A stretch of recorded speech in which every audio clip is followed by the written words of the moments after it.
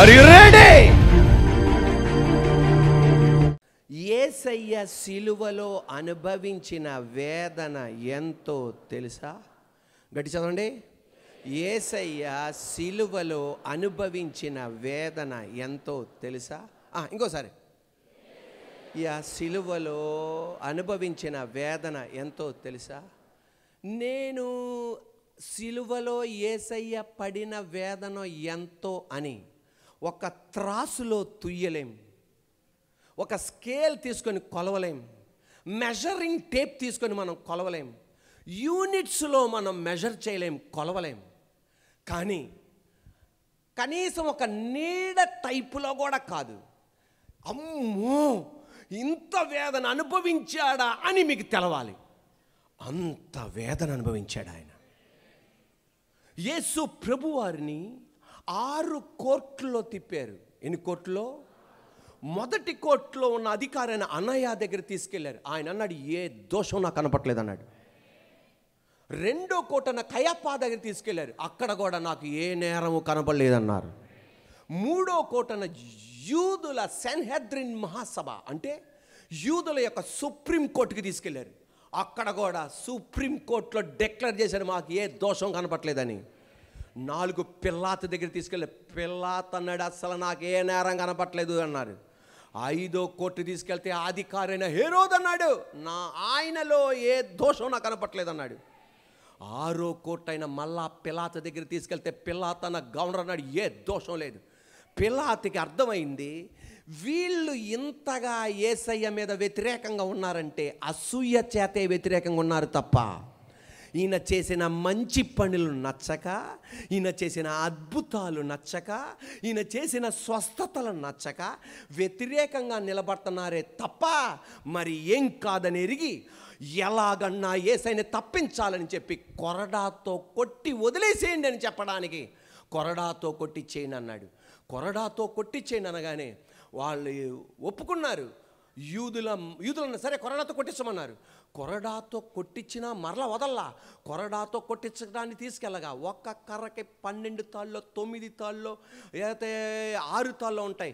ఒక్క దెబ్బ కొడితే 12 దెబ్బలు పడినట్టుగా రెబ్బను ముక్కల్లాగా వేలాడుతున్నాయి. చరిత్రకారుడు రాస్తున్నాడు, 1.5 నుండి 3 గంటల దాకా ఒక వ్యక్తిని అలా కొట్టడం అంటే ఎలా ఉంటుందో చూడండి. ఒక వ్యక్తిని 1.5 నుండి 3 గంటల దాకా అలా కొట్టడం అంటే ఎలా ఉంటుందో చూడండి. ఆ వేదన ఎంత వేదనో చూడండి. ముళ్ళ కిరీటం పెట్టి కర్రతో కొడితే ఆ వేదన ఏంటో చూడండి.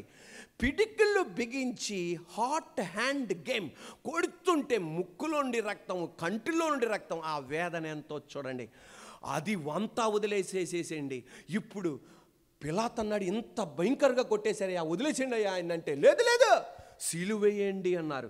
సిలువేయండి అనగానే ఆ సిలువ మోసుకొని వెళ్తుంటే అబ్బబ్బబ్బా ఆ వేదన చూడండి. అక్కడ నుండి రోమాలు పెరుగుతుంటే ఆ వేదన చూడండి. సిలువలోనికి తీసుకెళ్ళి ఒక చేతికి మేకు కొడుతుండగా మరొక 2 చేతులకి మేకులు కొడుతుండగా ఆ వేదన ఒక చూడండి.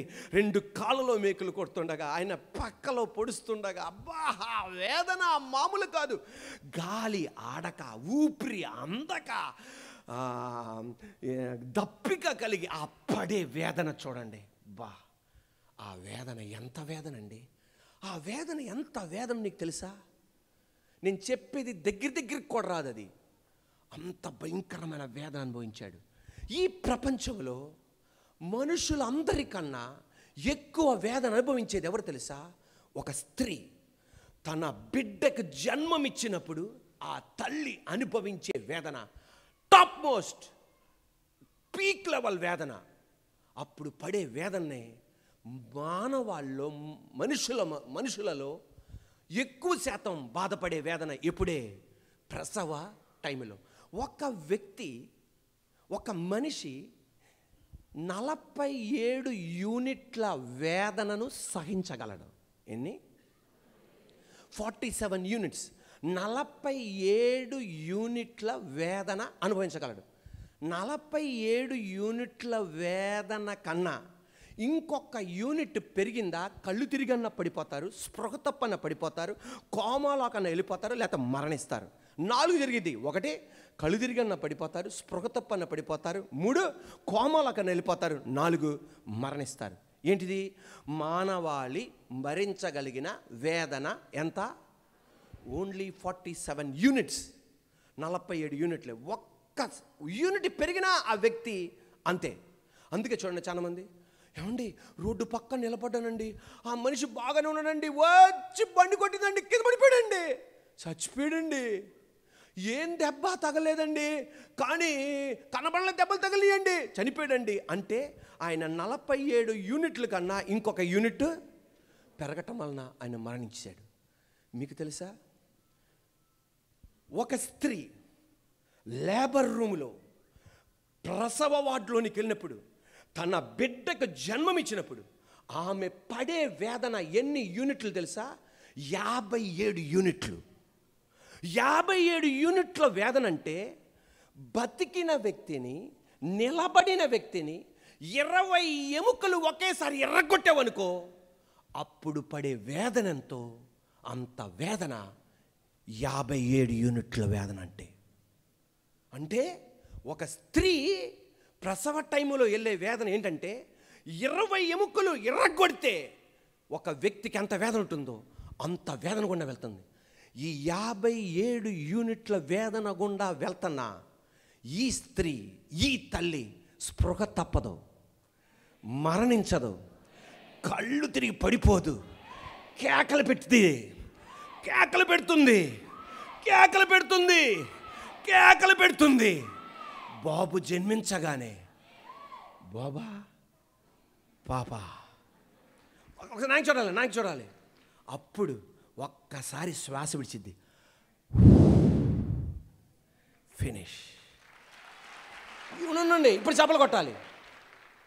ఆ పుట్టిన బిడ్డని 57 యూనిట్ల వేదన అనుభవించిన, అంటే 20 ఎముకలు ఎర్రగొట్టిన వేదన అనుభవించిన తన బిడ్డను చూడగానే ఆ డాక్టర్ అమ్మో లేకపోతే నర్సో, ఆ కాంపౌండర్ గారు ఆ బాబునో పాపనో అమ్మ గుండె మీద పడుకోబెట్టగానే ఆమె 2 కన్నుల్లో నుండి వచ్చి ఆనంద బాష్పాలు, ఇది చాలు నా బతుక్కి.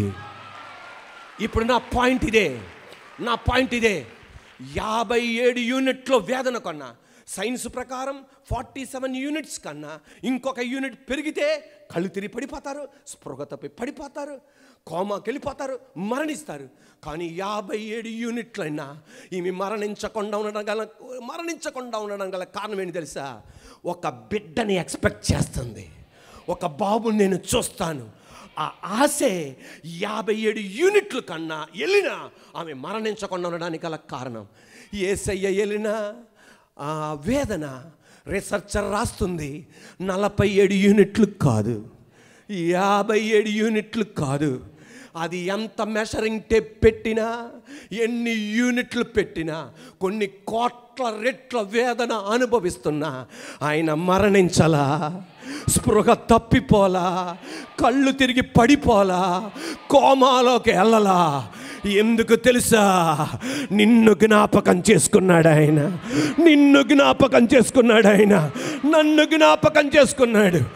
అమ్మ కేకలు పెట్టినట్లుగా కేకలు పెట్టాడు. ఇప్పుడు ఆమె అనాలి, తండ్రి వీరేం చేయుచున్నారో వీరెరగరు గనక వీరిని క్షమించు అన్నాడు. నిశ్చయముగా నువ్వు నాతో కూడా పరదేశంలో ఉంటావన్నాడు. అమ్మా ఇదిగో నీ కుమారుడు అన్నాడు. నా దేవా నన్ను ఎందుకు చేయి విడిచిపెట్టావన్నాడు. దప్పిక కొనుచున్నాను అన్నాడు. సమాప్తమైనది అన్నాడు. నా ఆత్మ నీ చేతికి అప్పగిస్తున్నానన్నాడు.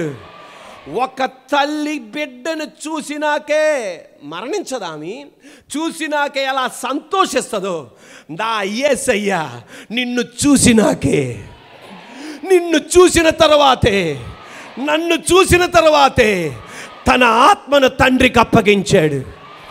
మీరు అనొచ్చు, ఎక్కడ చూశాడు అన్నయ్య, అక్కడ ఉంది మొత్తం 7గురే కదా. ఎప్పుడో 2022 సంవత్సరాల క్రితం మరణించిన యేసయ్య మన ఎలా చూశాడన్నయ్య, నీకు ఒక వివరం ఉండాలి కదా. ఎస్, బెత్పేగు దగ్గర నిలబడగానే ఎదురుగా ఉన్న వీధిలో ఉన్న గాడిద పిల్లని చూశాడు. సరిపోలా. బెత్పేగులో ఉండగానే గాడిద పిల్లని చూశాడు. యెరూషలేములో ఉండగానే యెరూషలేము స్థితి 70 సంవత్సరాల తర్వాత ఏమైపోద్దో కూడా చూశాడు. సిలువలో ఆయన రాకడ వరకు ఎవరైతే రక్షింపబడతారో వాళ్ళందరినీ ఆయన చూశాడు. అప్పుడే తన ఆత్మను అప్పగించాడు. ఈయన పడిన వేదన, హల్లెలూయా, స్పృహ తప్పకుండా అమ్మని కాపాడింది ఏంటి తెలుసా? తన బిడ్డ యొక్క తలంపు. నాకు ఒక బాబు పుడతాడు, నాకు ఒక కుమార్తె పుడుతుంది. యేసయ్యని కళ్ళు తిరగకుండా పడనీయకుండా చేసింది ఏంటి తెలుసా? నిన్ను నన్ను. ఆ రక్తం మనల్ని ఆయనతో సమీపించేటట్టు చేసింది. ఎఫీసీయులకు రాసిన పత్రిక 2:13 వాక్యం. Are you ready? స్టార్ట్. ఆయనను మునుపు దూరస్తులైన మీరు ఇప్పుడు క్రీస్తు యేసు నందు క్రీస్తు రక్తము వలన. ఆమేన్. ఇంకోసారి గట్టిగా. ఆయనను మునుపు దూరస్తులైన మీరు ఇప్పుడు క్రీస్తు యేసు నందు క్రీస్తు రక్తము వలన. 1 యోహాను 1:7 అయితే ఆయన వెలుగులో ఉన్న ప్రకారం మనమును వెలుగులో నడిచిన ఎడల మనము అన్యోన్య సహవాసము గలవారమై ఉందుము. అప్పుడు ఆయన కుమారుడైన యేసయ్య రక్తం ప్రతి పాపము నుండి మనలను, హల్లెలూయా, ప్రైజ్ ద లార్డ్, ప్రతి పాపము నుండి ఆయన మనల్ని ఏం చేయగలడు? పవిత్రులుగా చేయగలడు.